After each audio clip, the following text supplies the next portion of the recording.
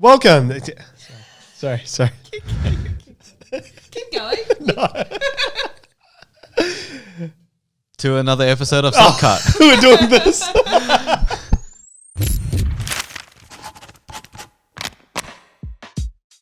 The medical-ish podcast where we talk about stuff that might be relevant to you if you're a student, parent, person who is interested in healthcare or entering a profession in healthcare. Or something like that. Look, we don't record these episodes very often, okay? So you get what the podcast is about, something. You can watch a previous episode to hear the Under intro Our properly. Skin or something like that. So today I want to talk about... Hi, his name is Justin. Oh yeah, my name is Justin. I used to be a doctor. Her name's Emma. She is still a physio. Student. Fourth year physio student. And that's Neil, who's still a medical student, fifth year, before he disses me in camera. Sorry. Yeah. And sort of what the podcast is about. Today's episode is going to focus on parenting and how I know, I observe almost on a daily basis how parents can sometimes really get in the way of a student doing well academically, but also just in life in general. But we'll focus a lot on the academics because that's what I see really often. And I think there are a few things that I see is that usually you have parents that are well-intending. Their intentions are good. And they usually care a lot, and they're emotionally quite invested in parenting. They're quite involved in parenting. And these are all good things. However, their way of going about it is very often not very productive for trying to achieve the goal, and can actually get in the way and make it much harder.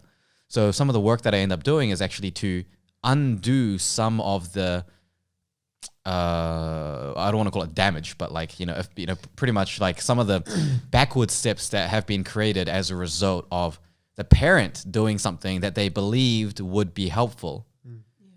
I think it can be really, really subtle, and I have some, specific examples that I want to talk about. But what do you guys think about that first?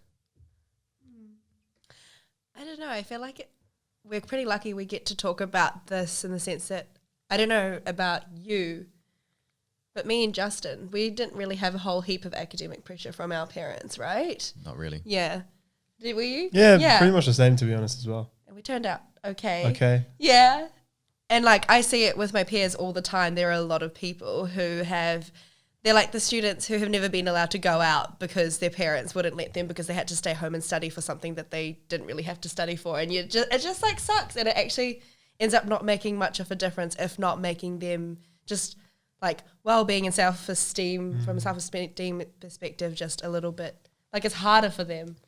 And so it's I don't know. I just feel like it's kind of like a privileged position to be in, to be able to talk about it in terms of it hasn't affected me as much as it has. I've observed it affect others. Yeah. You know what I mean? Yeah. And I'm glad, that I'm in that sort of position. But what you said before, Justin, and I feel like it's definitely going to be the case that, a lot of these, no parent has a child that they, bring into existence to traumatize. Intentionally, I'm gonna offspring myself from this, and I'm gonna ruin the shit out of it. Just kill it. Through bad parenting. Often it's always these good intentions, and it might come from maybe cultural dynamics or the norms when they were being parented by their parents or maybe their grandparents in that sense, and then through a cross cultural and cross generational as well. But that's kind of also what makes stuff. it harder, because sometimes they put all these pressures on, being an immigrant. I feel this is they put the pressure on because they don't want you to end up like they did, and then that adds in a whole other thing. Which is really ironic because they immigrate to escape the pressure, and then they add the exact same pressure that they tried to escape here. And it's But I think it's not for the sake of adding pressure. It's well intentioned. It is well intentioned. It's well intentioned. But it's what they I know. was gonna say this for later on, but since we're sort of rushing on it anyway right now, I actually had a student recently that I started mentoring recently, and poor guy, really really lovely dude, really really sweet guy. Getting mentored by you, poor guy. Anyway. Thanks for joining us. Make sure to like and subscribe. Anyway. No, continue with your story. He was really really well intending. He's a lovely boy, and I was asking him, what do you want to do after he's in year 13 right now. What do you want to do when you go into uni next year? And the start of his sentence was, well, my parents want me to do medicine. Right. And then he continued on after that, but that sort of stuck with me. And I was like, just that sentence itself says a lot about not only the dynamic, but about the student itself over there. And he later on went and described that, how overwhelmed and stressed he feels and everything currently, given that pressure from his parents and the dynamic there and stuff. He's from a third world country as well. Ethnicity wise, and he was saying that a lot of the time his parents' main argument towards why he should aim to get into medicine or do well in life or for anything career aspect driven would have been that I didn't have this opportunity when I was your age. You have this opportunity, therefore you should do it in that sense. Yeah. And I was unpacking that with him, and we both sort of came to that joint conclusion, you could say, or understanding that. Through whatever hardship their parents or aunties or uncles or grandparents would have had to face in their country of origin, they would have seen that there were particular people in their society at the time that didn't have to suffer at that point. And those people would have been people of status, people of a higher paying job, people that can, be above that poverty or that low socioeconomic class that maybe his parents were part of in that sense. And those people would have been from, professions of maybe a doctor or a lawyer or an engineer or something like that. And so, oh gosh, man, when I have a kid of my own, I want him to be like that guy because he really supported the people in this village. He really supported his own family over there. Look at his social status. Everyone loves this person. I want my kid to be like that. All well-intending, of course. And so they carry that. They work hard enough to create that opportunity for their child. And now their child is there, but in a totally different, climate, social setting or anything like that. And now they still have those same intentions about making sure that child of theirs still ends up being in that privileged position or in that safe, well-respected, high-status position that they originally looked towards when they were in their child's shoes, and when they were children, sorry. And unfortunately, it unfolds in a stressful manner. Yeah. But there's that, like you said, that the dichotomy that, they leave the stressful environment or the poor environment they were in only to bring some of those aspects with them. Yeah. Again, not intentionally, but in the process, it's there. Yeah. And I sort of see it, that hunger. I've always been attracted to that hunger that you see in a child from a third world country, coming into a first world country and just looking at, oh my God, look at the opportunity that's before me. Yeah. Look at everything that I could do from the TV that I could watch and connect myself to every single thing that's there on this television that I couldn't have done at all before. Just that itself. And that's something that, someone that's grown up in a first world country would take for granted completely. And we would miss the wealth of opportunity that, from something that would just seem so normal for us. And that hunger, I've always been so intrigued by with people coming from those sort of backgrounds in that sense. I don't know. Because those parents, they're growing up and stability and security is probably the thing that they were lacking, and so they value it a lot. And so that's why you have to go for a degree, little Johnny. Yeah, so how can you not go for a degree? I didn't get to have a degree. Now you have a gap year. What the? And it is all well intended, but I feel as someone who's Indian, I think one of the difficult things is that because my parents have like their Indian mindset, but I've grown up as a Kiwi Indian, I can directly compare. Like I understand their values, but I also can very easily compare to like Western values and like my Pākehā friends who have much more like parents who are like, you should do what you enjoy, like, you know, that kind of thing. Not that it's not like that Pākehā students aren't facing like the same academic pressures, but there's a little bit less, I feel like there's a lot of guilt. That's what I've got from my friends. There's a lot of guilt coming from parents because it's like we've given up so much and we've moved our entire lives to come here. Which you know? is, I struggle to see a way in which that, if you really think about it, is not really manipulative. Yeah. Where it's like I didn't ask you to come yeah, here. yeah, just stay there then. Like, why? But I am grateful. Yeah, though. why are you coming here and then like placing your decision upon me as my sense of own responsibility? Like I didn't even ask to be born. Yeah. You know, let alone like you know. So, and I actually think that because you know, I like some of my friends starting to have kids now. You know. You're that age. Yep. I'm at So that age old. where- He's so old. you know, so and I'm seeing like some, not always, but there are certain times where I'm seeing like the reason you're having a kid, it seems to be mostly because you're just kind of like bored and frustrated with your own life. Like you're just looking for something to give your life more meaning now. Oh, really? And yeah, actually, like shockingly commonly so actually. So I'm thinking like, so are we getting just like generations of kids that are being born because the parent just needed like some new project, you know, that they needed to work on? So it's like a really kind of a selfish need to create like an entire existence, you know, and then you place the, you know, all the burdens and all of that sort of stuff. The thing that I want to dive into more is because we've talked about this idea of how like, you know, expectations and pressure and all of that sort of stuff, you know, previous times as well. And we can unpack that a lot. But I think even if you were to look at it purely from like a strategic point of view, even if you were to say, look, you know, the kid wants to grow up and be a doctor and that's fine. Like whatever, maybe he was influenced by his parents and maybe that's not really his own wishes or whatever, but like everyone's wishes are influenced by a lot of things, and you know, at the end of the day you want something or you don't want something, and it changes. It doesn't really matter that much at the end of the day. If the parent is aiming to send their child into medical school, there are certain things that like even purely from that point of view you strategically should not be doing. And I think these are things that actually people are really not aware of unless you specifically were to learn about it.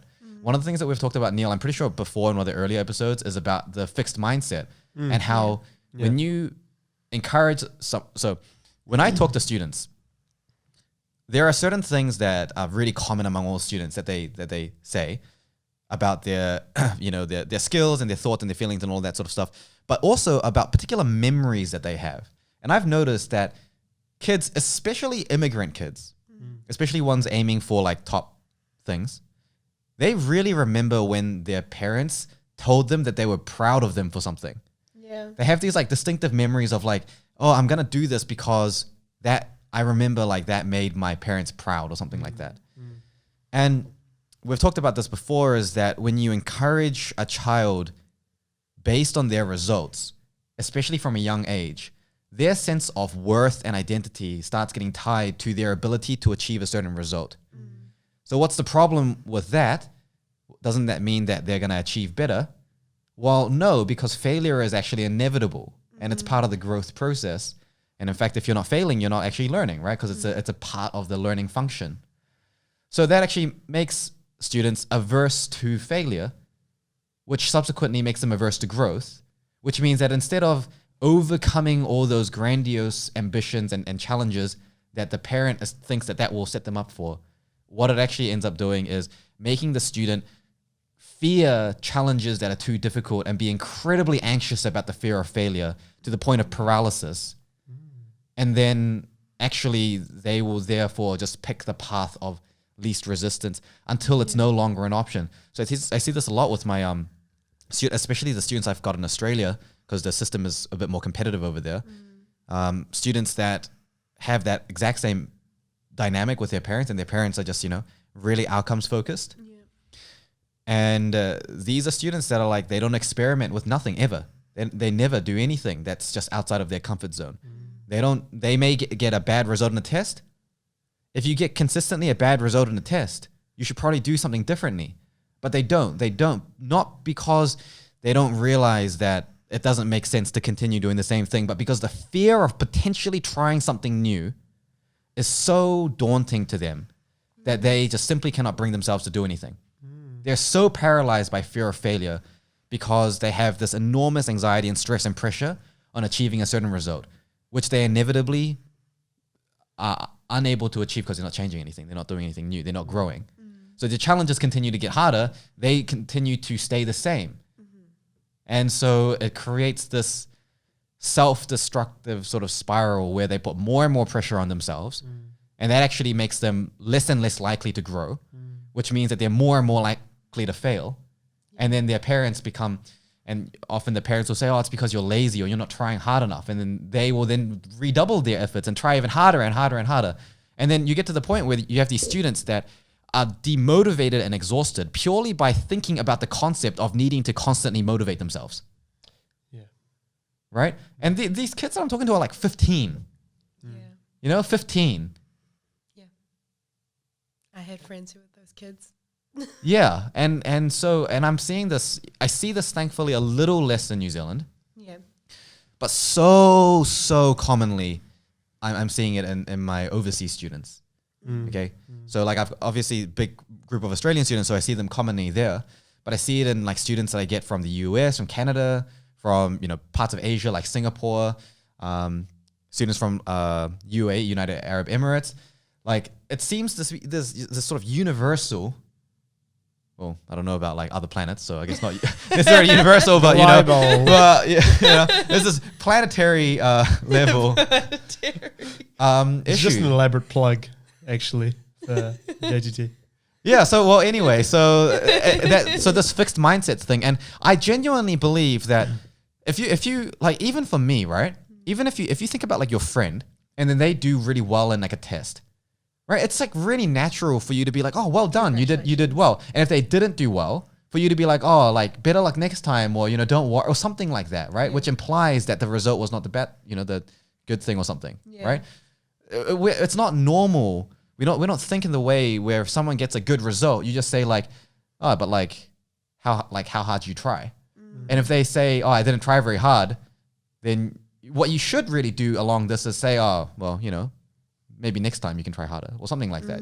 Maybe that's what you need to say. Or if someone does really badly and then you say, well, how hard do you try? And they said, I did my best. It's like, oh, nice, well done. Like that should actually be the response. But it's very, I would say like quite unnatural to think in that way. And I really think that unless you know about the psychology behind where the growth mindset and fixed mindset comes from, and a lot of it comes from the idea of positive affirmation of results rather than effort. You just would not ever think of doing that. Like I don't think I've ever spoken to a parent where they knew about this and then they made an active effort to change the way that they commend their child based on it. Yeah. Well, even with that example, like I would say I'm trying to have a growth mindset, like personally, but I do have a bit of a fixed mindset, and I can admit that because that's part of probably having a growth mindset. And it's a spectrum. Actually, it's a spectrum. It's not like a switch. Yeah, exactly. Yeah. And so I'm in the process of that. So even in that example that you give, which is like, oh, you did really well. Well, how hard did you try? And it's like, I didn't try that hard. To me, it's like, why do you need to try harder if you did really well? Yeah. And that's the thing. And it's like, and I know that that's like coming from a fixed mindset. But it's also quite practical to think that way because it's like, well, I tried as hard as I needed to achieve the result. Yeah. And I don't think there's anything necessarily wrong with that. Yeah. But at the same time, it's like, is it always going to be at that level? Yeah, exactly. Right? And then are you going to start feeling that the easy way out is, because it's like inevitable, right, in life that it's not going to always be easy. So you're kind of preparing yourself for the future, and humans are not good at thinking in that long term. Yeah. Yeah. You were saying a lot around, first of all, I think like this is probably like the second time we might be sort of chatting about this topic roughly or so. If we do, again, I feel like we need to give the other side its due stance on the conversation, like having them on this side as well, whoever that might be that's willing to represent that side, whether you can find a willing parent. Ambassador of the fixed mindset. No, I'm talking about the parenting side of things. Okay. Well, look, if you're listening right now and you're a terrible parent, please reach out to be a guest on our show. So that we can. Another way to say it is if you believe that what you are instilling into your children has been misrepresented and you want to correct some of the ideas that we've unfortunately portrayed wrongly. If we did, then by all means come to the show. Yeah. And all I'm just saying is because I feel like we need to be careful when we're just putting that huge blanket statement that it's always going to be like, I don't know, we're not sort of doing that, and it will be coming from particular instances where we had experiences with children with with students or young adults that were actually feeling this way from whatever background that they were from. At the same time, though, with what you were saying about that crippling fear and anxiety to meet that sort of expectation there, you could take two people coming from the same sort of background, same family, everything being the same, and then just switch the amount of or the way in which the parents sort of encourage them. Instead of having a bar that they need to try and jump and reach, to get to a particular level, if the parent were to push them from the bottom up, and help them get to the exact same level, there's a difference there. But either way, in both cases, the parent's satisfaction of ensuring that their child reaches the outcome that they wanted is reached in that sense. Like overly idealistic and very overly simplified in that sense. But I'm sort of thinking from my personal experience in that way. I've been really fortunate with the way mum and dad have sort of raised me in that sense, because they definitely did have the struggles that every other student that we've experienced from this sort of context would have had in that sense.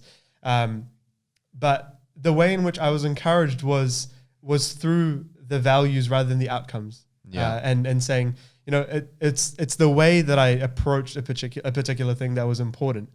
Which but so is is rare. the outcome. Yeah, and that's very rare. Maybe it's even rarer for someone to be raised that well but still turn out like you, actually. Yeah. and likewise, and then have a haircut like that. Here at Subcut, we no, anyway. But do you guys get what I'm saying? Yeah, no. Yeah. And I very rarely see people, like parents, that understand that. I mean, was that a conscious decision from your parents to do that? Did they know that, or was that how they were raised? Probably not. No. And I think I think about this often. Like the amount of ways that you can screw up your kid as a parent, it's terrifying. In that sense. And I think you could still offer some of the credit to the kid itself in whatever way that they turn out, positively or negatively. Yeah. That they are still responsible, and it's not solely 50% mum, 50% dad. They do have some part to play. Obviously, largely influenced by their parents in that sense, but definitely, no, I don't think personally that it was a conscious decision that mum and dad had in that sense. But I was always surrounded by a lot of love and encouragement and compassion when I didn't do as well as I should have. I didn't put as much work in as I could have. Which is I guess. An easier thing for parents to be able to do is to make sure that even if they don't do as well as, that they still feel supported and loved and secure and safe. Yeah. And that safety, which is, I mean, because definitely, you shouldn't be like not encouraging someone for doing well in something. It's like, hey, you got into medical school. It's like, how hard did you try? Yeah. Forget the outcome. How hard did you try though? Yeah. So I'm not, that's a little bit, that's a bit extreme, but just making sure that there is that sort of foundation of love and support that's there, which I think, I guess, again, like immigrant families often in Asian culture, that kind of expression of love is often quite rare. Well, I was going to say obscure, or like it's not as clear. Maybe explicit. Yes. As and it's usually through actions that are meant to be interpreted in a certain way. Yeah, like see, I cooked for you tonight. That's me showing you that I love you. Why do you need me to say the 3 words? Huh, Johnny? Huh? Yeah. That's me saying it. Yeah. But maybe Johnny wants to just hear, I love you, son. Maybe that's all he wanted to hear. No, but they spent 3 curries making three Three hours, curries. 3 hours making some chicken curry for you, and that is enough. Yeah. But we learned to understand it. Yes. But we learn to understand as adults usually, right? And by then, that retrospective kind of reanalysis of childhood is much harder than just, when you're in it. yeah. Yeah. There's another thing that I want to actually, another aspect of this, other than this fixed growth mindset thing, is I've been recently doing these webinars for parents, right? Talking about just study skills and how to be academically successful. And I've noticed that most of the parents that I talk to have never really thought about that in order to achieve well at a certain point in life, it's not important to achieve whatever current outcomes that the child may be facing. So an example of that would be like a year 11 or year 12 student. It's not so important that they get like the best mark for every test and exam right now if the reason that they want them to do well is so that they can do well, for example, at university. Because it doesn't necessarily linearly correlate. So there's this kind of flip that's occurring where what it's meant to be is that your current grades are meant to be a representation of your current ability. So as your ability grows, your grades and results and scores should naturally improve. So to reach a certain result, let's say 2 or 3 years later, you want to create a path of progression from now until then so that the abilities have improved to be able to reach that result. But instead what's happening is that the focus is so much on just getting the result right now that they're actually sacrificing the development of the ability itself, which is literally self-sabotaging, well, not self-sabotaging, paternally sabotaging the child's ability to succeed later on. So like, you know, the obvious example that I love to hate on is just getting tutoring when you're in like a year 11, year 12 student. Like, oh, you're not good at English? Get an English tutor. You're not good at maths? Get a maths tutor. You're not good at, biology? Get a biology tutor. It's like, why do you think getting a tutor and paying someone money to help you do well in this test is going to somehow magically give them the ability to not need a tutor later on? Right. In what instance do you ever develop a skill where you don't need to? Like, do you just like wake up one day and you're like, oh, well, I guess like now I can speak Mandarin. Yeah. You don't manifest a skill for no reason, especially when you're a teenager and you're not like as like inherently like self-driven in a lot of things. Yeah. In that type of structured environment. And so that's why we see like, first year students coming in, getting tutoring year 12 and year 13. And then they get into first year and then it's like, they're struggling massively. They're massively, massively struggling because it's the first time they've ever had to rely on themselves. Yeah. And it's now the challenge is so difficult that it's not actually viable to pay your way in anymore. Yeah. So much of just life in general changes when you change the perspective of what your end is, what your teleos is in Greek, for example.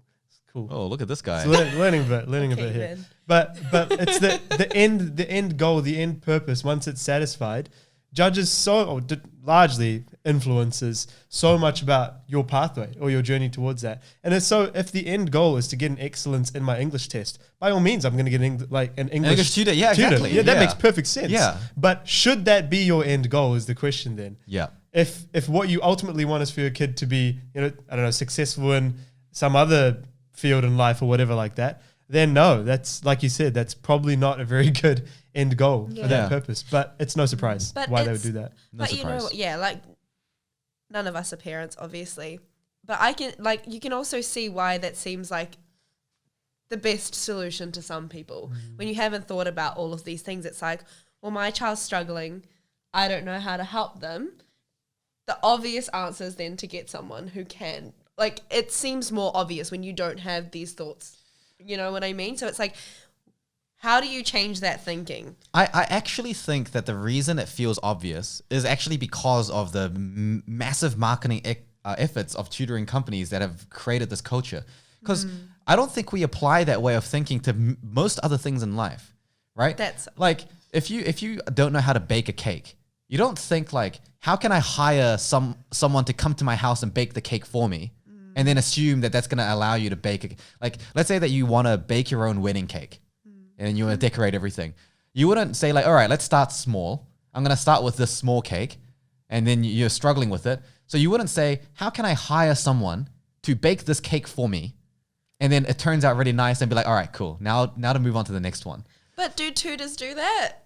Do tutors do it for you? Well- what tutoring company have you been going to? Essentially, because when it comes to doing well in a test or an exam, it's about your ability to take information, store information, recall and use information. So if your issue is with either one of those three things, how does a tutor help you? Because a tutor is information. Having a tutor explain something does not increase the information still. Does a tutor know more than a textbook? Does a tutor know more than Google? Like, the information is always there. Why are you not able to take the information in? Why are you not able to store it? And why are you not able to recall and use it correctly? Right? Like, a tutor might be able to show you how they do it, but it still doesn't actually change the student's own ability to do it. Right? And in fact, a lot of tutoring companies don't even think about that. They just think about, how can I give them access to this information that just feels really exclusive? Yeah. And at the end of the day, I mean, how much good does it do? I mean, in fact, it actually does more harm, right? And that's like the thing called the fade out. I think I've talked about the fade out effect before, how if you get a head start early on, it can actually make you do worse later in life. And that's an observed phenomenon, because you miss out on all the skills development. You never learn how to deal with the difficult stuff. And then later on, when it really matters and it's really difficult, you don't have the skills. And also, you can't give it to someone else to do for you.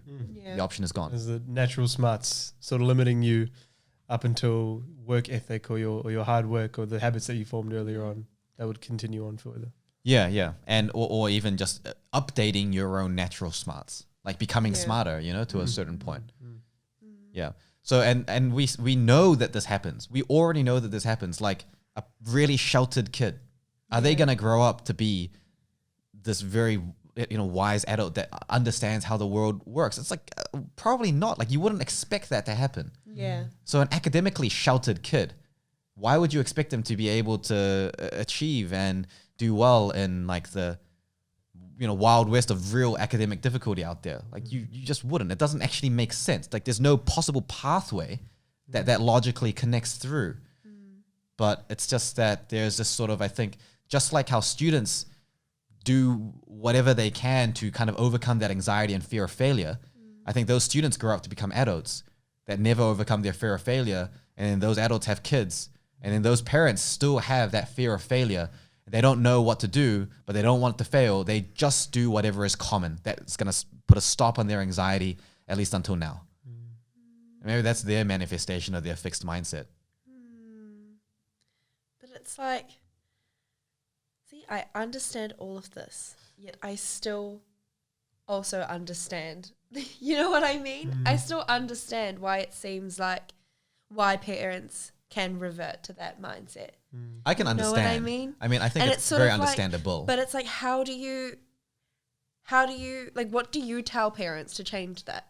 Well, I think parents usually have never thought about it in this way until I say it to them. And often it is quite confronting because parents have that fear of moving away from something that they have conditioned themselves or have been conditioned to think is the solution.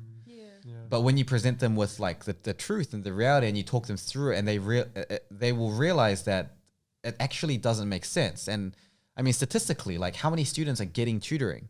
How many students are actually from that group going off to, do really well? It's actually, tutoring is actually a very, very common thing. In some big cities, up to half of all students are getting some kind of tutoring. So it's like, do you think half of all students are out there, being like that same level? That's why people sort of peak early. And I think a big part is actually telling parents, like, look, your intention is good. Your commitment and your engagement these are all good things. What you're doing is good, but the direction in which that is all being applied is not the right strategy to use. There's nothing wrong with you, but there is something wrong with the strategy that you are choosing to use, and making it less about them as a parent and more about the plan that they have, Yeah. you know, and Yeah. dissociating that. But it is quite confronting often. Yeah. Yeah. Going back to that student I was talking about earlier, we essentially finished that consultation with a plan that he would think about everything that we talked about and how his apparent life course so far has largely been planned and dictated to an extent, you know, subconsciously, by his by what his parents want in that way. And I said, eventually you're going to have an honest conversation with them, sort of like what we're talking about at this stage. So hard. And that could be, It can never happen, actually. It could never It happen. could never happen at all, Yeah. you know. And I'm very eager to find out what's going to happen in due course. But he was so worked up Yeah. Yeah. in just that conversation, saying Yeah. that I think it's a good idea that you talk to your parents. Yeah. And I can only imagine. Because that can be so scary because you've had this expectation. Like, the expectation has been ingrained in you since you were so young that you've just accepted it as fact. You know what I mean? And you must see this all the time as well. It's just like, you're like, well, this is what I have to do because I've been told my entire life that this is what I'm going to do. How can I do anything else? How am I going to now, like, tell my parents that I'm going to do something else? It can be such a scary conversation. And I've had, and like, I'm sure you guys would know people who have had these conversations, and it's a lot more, it's very, very uncomfortable for them. It's experiencing conditional love. Yeah. You know, Mm. you achieve good way to something put it. when you were 7 years old. Yeah. You know, your piano recital played Twinkle Twinkle Little Stars, and that went well. Good job, son. You made me so proud. Yeah. Son thinks piano playing, practice lots, do hard, you know, work hard, Parents do love. well, equals parents love. Continue this on for the rest of my life until my parents are out of my life or until I die. You know, I mean, and every single other instance or motivational aim towards it, like Mr. Johnny, my mentee that I've got currently, was, you know, my parents said that my parents want me to do medicine, you know, and I want to do this as well, so I can make them proud. Was what his reasoning. I asked him why. Yeah. So I can make them proud in that sense. Yeah. But at a certain level of internalization, it almost doesn't even matter because it's like, well, you want it so much for your parents that it kind of has become like your own You accept it as thing. a fact. Yeah. Which is, I mean, it's tricky, but the important thing is to realize for, you know, these types of students is that, you know, if that does change at some point in the future, you know, there is the freedom and the option to then change your mind and then go and then potentially do something else, or, you know, there are options available open to you, you know, do whatever feels right to you right now, but still, you know, have that critical thought and open-mindedness and don't get sucked into like a particular box. Like one of the students I worked with before had so much pressure from their dad that, and she was so worried about being pretty much disowned by the family that she just couldn't do anything. And in fact, she eventually dropped out. Yeah, so that's a very unfortunate position to be in, where, you know, you are in such a rut that you don't see any other way out, and you can't possibly disobey what your parents want you to do, because then you'll be disowned. And sometimes I think, you know, oh, this is a bit dramatic, but actually sometimes It's a reality. Yeah, for but lots reality. of people. yeah, but sometimes when I talk to them, I think you legit will be disowned. Like, your parents will actually disown you if you do that. And it's a difficult thing to communicate that to the kid. One of the best things you might do in your life is to let yourself be disowned by your own family, at least temporarily, unless they come around, because otherwise they're actually just going to drag you down into just like a miserable entire life. And I think for a 15, 16, 17, 18, 20, you know, however old you are, I think that becomes like, that's not an option that you want to ever really have to think about. And thank God she dropped out of her degree and not out of life. Well, I mean, she was also reality. Yeah, she was bordering on that very often. Look at that. Yeah, so she's another one of the students that would, you know, call me because I was one of the only support people that she had, talking about how, you know, she just, in fact, she would just call me and not even talk about anything. She just called me to talk about how tired she is and how she just doesn't want to just continue with life or anything anymore. And you know, you can just tell that she's looking for a reason to just continue trying. Yeah. you know? And the only reason, in fact, I actually remember being on the phone with her. I was in the middle of driving. I had to pull over to continue the conversation. It was like 10 p.m. or something. Sure, yeah. I remember she was saying that the reason she didn't want to kill herself was so that she wouldn't disappoint her parents more. And I was like, that's common too. and it was like, you're so stressed by your parents that you want to end your life. And the thing that's keeping you from that is the idea that they may become like more stressed. Like, is that Stockholm Syndrome? It pretty much is, right? You're like imprisoned in your own life. Yeah. You were born into a prison. And then you just kept that way until, and the most screwed up thing is sometimes I get the chance to talk to the parents as well. And the parents don't really even seem to care. Or sometimes they're just in complete denial. And some parents, I say some, but there is just one instance that I remember where the father said that, what did he say exactly? He said like, if she were to end her life, he would not know what, he said he wouldn't know what to do because he'd be so disappointed that his daughter like ended her own life. And it was like, disappointed. That is like a phenomenal ability to make everything about you, you know?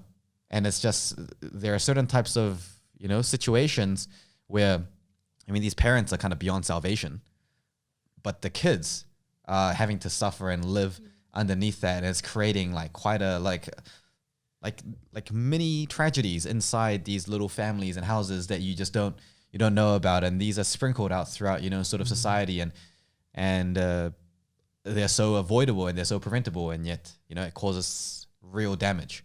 In a way, I feel sort of sad and like terribly sad for that father, that parent, because it's screaming out insecurities that, you know, his daughter's success or status is the only thing that can put his mark in the world anymore, and that everything is determined by her, so that he can feel some level of stability in that sense.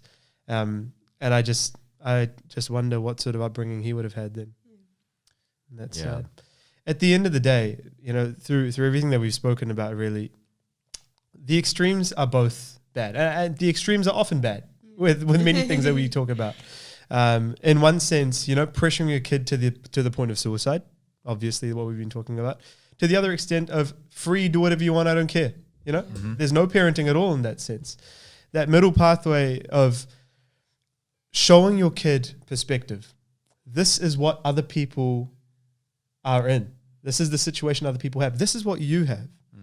This is the gifts that other people might or might not have. These are the gifts that you might or might not have. Opportunities the same. Skills, you know, monetary, all these different things. And that perspective is so crucial, I think, personally, to see that potential that the kid can see for themselves, for example, or rather than kid, the student or the child. But it's also the safety to know that it isn't their obligation to take that opportunity all the time. It's their decision from that point on that you present it. But that would require the parent not externalizing their own fear of failure on the child, which is another set of issues. Yeah, entirely. And through all of this as well, you know, sometimes I feel like parents are just big children trying to figure out how to raise up another child. Yep. You know?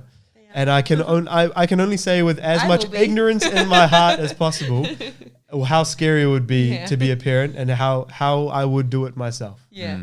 We will only know. Yeah. You know?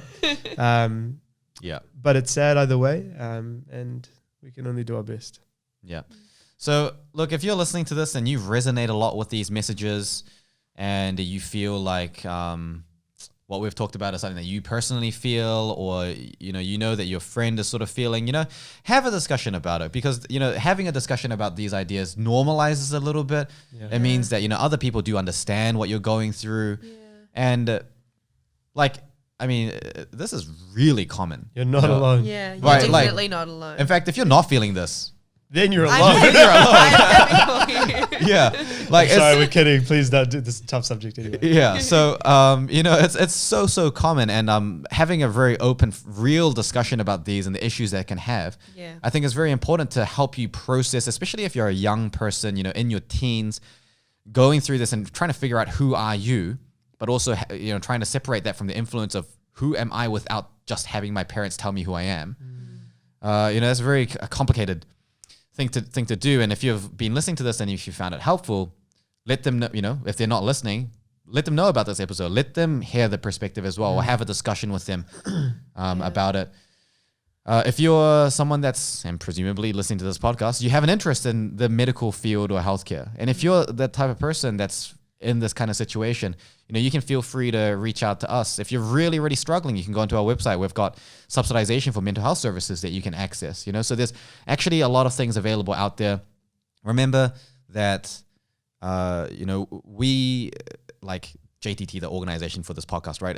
Like, we have a lot of experience in this, and we deal with not only students that are dealing with this, but also parents of those students. And we have a lot of experience with talking to parents and families and kind of managing that. So you might be listening to this and thinking, I really want things to change, but I can't bear discussing it with my parents, right? And that's a very tactful discussion that maybe that could be something that we could actually help facilitate in a way that doesn't seem, like it's going to create a backlash reaction. So anyway, look, the idea is that there's lots of things available out there. If you found that this was a helpful topic to talk about, then leave a comment down below. If you're watching this on YouTube, give a like to the video, show your appreciation. We will be uploading episodes probably at least once a year, right? Like minimum, at least once a year. What? But probably more than that. So if you enjoy the podcast, I do. not you. Oh, If you, man. the listener, enjoys the podcast, even a little bit, Just a little bit. you should probably subscribe, right? Definitely. Like, they should subscribe. I wonder if I've actually subscribed or not. And that's why we only do an episode once a year. All right. Thanks, everyone, for watching, and we'll catch you next time. See you guys. Thanks for tuning in to Subcut. If you guys have any suggestions for content, please make sure you send it through. You can get in touch and follow us on Facebook, Instagram, and YouTube, or find us on our website at jttmed.com/subcut. Subcut is a podcast brought to you by JTT. If you or anyone you know is interested in a career in medicine, make sure to get in touch and check us out at jttmed.com.